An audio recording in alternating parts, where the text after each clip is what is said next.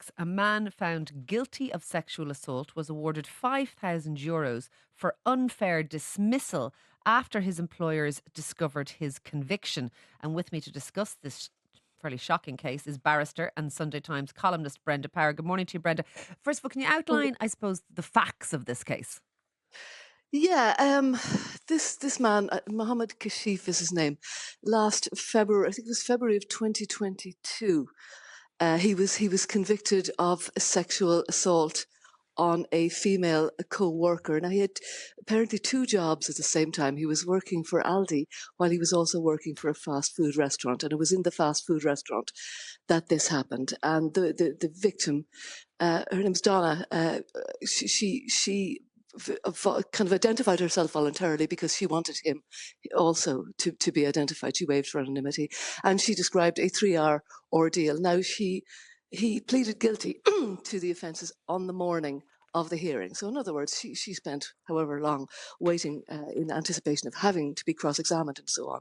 But he pleaded guilty, and he was given a 2-month suspended sentence. As you can imagine, she wasn't best pleased with that, having gone to the extreme of identifying herself as the victim. Identifying herself as the victim. It was her first day at the new job, and this ordeal went on for 3.5 hours and included grabbing her crotch, slapping her buttocks, demanding kisses, groping her breasts, etc. I mean, it was fairly full on. It was, and I mean, for 3.5 hours, and the fact that he didn't fight it means, this is what happened. This is what happened to this woman on her first day, and I believe he was convicted, so we know we can say that he pleaded guilty, and so he was convicted. So he did apparently tell his line manager in Aldi, but it doesn't seem to have been passed on. Now, his contract with Aldi had a clause which said that an employee convicted of anything other than a minor motoring offence would be dismissed, that was grounds for dismissal. Now, he'd been convicted of a sexual assault, which I think most women would say at least sounded like a pretty serious one. Sure.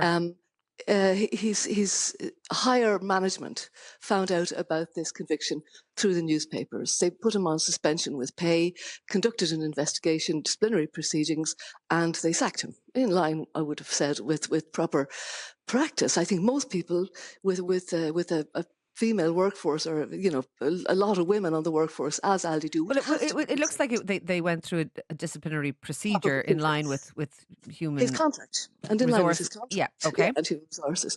So he appealed it within Aldi first, and no, the dismissal was upheld. Then he appealed it to the Workplace Relations Commission, and they awarded him €5,000 for unfair dismissal. They seemed to say, and I thought this was particularly unfair, that Aldi's concern was for their business reputation. And no allowance seems to be made for the fact that this was a man who had assaulted a co-worker and was currently working with, I imagine, a large cohort of female colleagues. Anytime I've been to Aldi, it is full of female employees. I would have thought. So, I mean, the argument I suppose I was making in Sunday Times yesterday was, if you know that there is a danger, and this man was clearly posed a danger to women in your workforce, in your workplace, if you don't remove it, whether it's... And of course, he's not on the sex offenders register because it was a fully suspended... He didn't have any custodial sentence. He didn't, so there was no way anybody working with him could have identified the risks that he clearly posed.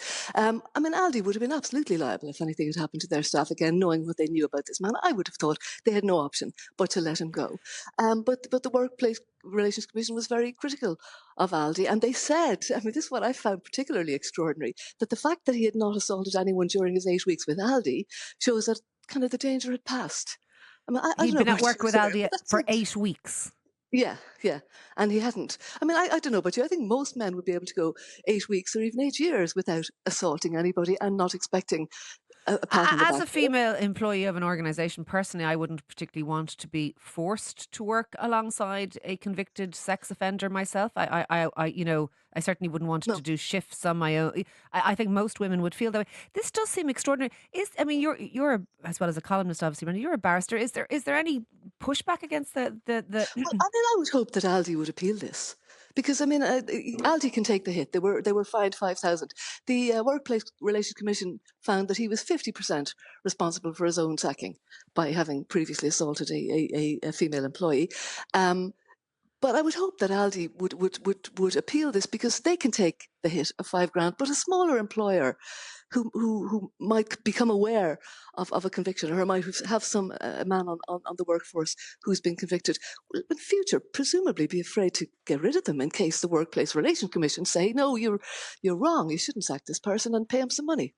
And the victim, Donna, has come out and said, look, I feel doubly violated, really.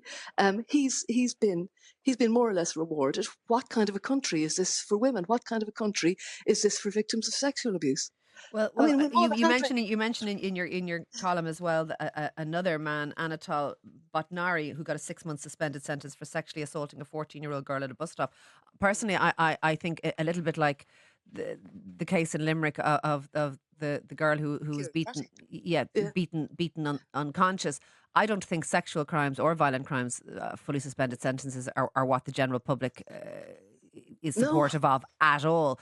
But no. it does strike me as extraordinary. And look, we're very grateful to you for highlighting it. I'd love to know what people out there today think about it.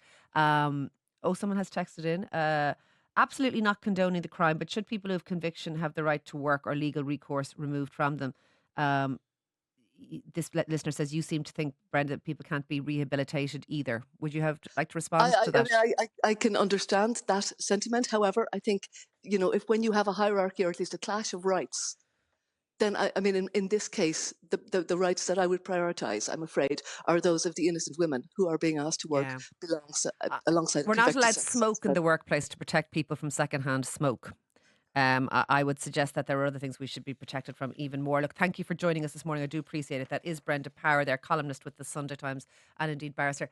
Love to know what you think about that this morning out there. 087 1400 106. We're going to just give you a helpline as well. If you have been affected by anything within this item that we've just been discussing, the 24 national helpline at the Dublin Rape Crisis Centre is 1800 77 8888.